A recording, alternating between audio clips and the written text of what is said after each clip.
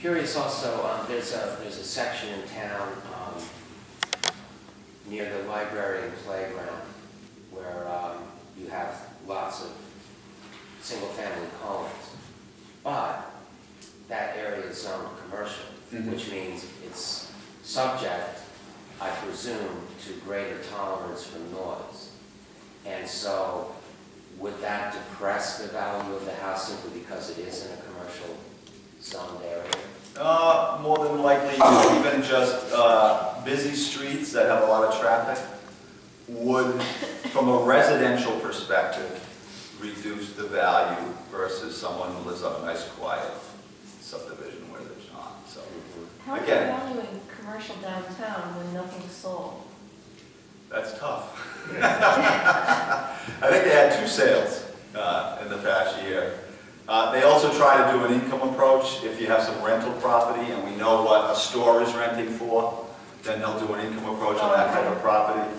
And we've done a lot of towns in around us, so we have some idea, commercial guys, on, you know, what retail space might go and stuff like that. But it is difficult. I mean, particularly in a very small community with a very limited commercial base. So would you take like a percentage, like kind of look at the rest of the island and say, you know, I know you're going by neighborhoods, that's downtown, maybe you kind of model it after.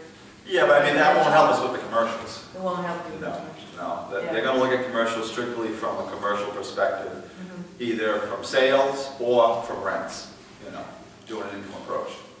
Do you use Marshall and Swift or means? We use Marshall and Swift to kind of give us a base starting point for our building costs, but then we adjust them for what the sales tell us within the town. So it's really just kind of a testing step that we start off with by using, you know, calibrating our calculation to what Marshall and Swift is doing. We tend to find in New England, they tend to be a little on the low side. Not bad here in Rhode Island, but I do a lot of work on, you know, Cape Cod and the islands, and they don't do well as soon as you get off the mainland. I do a lot on Martha's Vineyard. 5 out of the 6 towns of the Vineyard, do Block Island and Nantucket, and they don't really have a good number for those places. Yes, ma'am. I have a basic question. Under the use, you have different numbers, 1013, 1013, 1010. Yeah. Now there are 2 properties on each road, and one is used 1013 and one is 1010.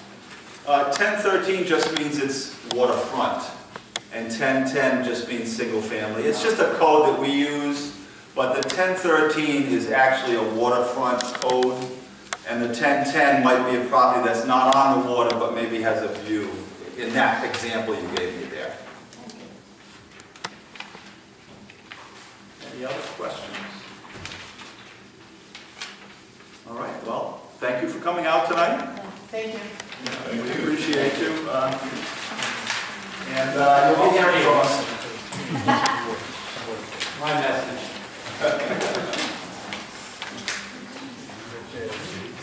What's that?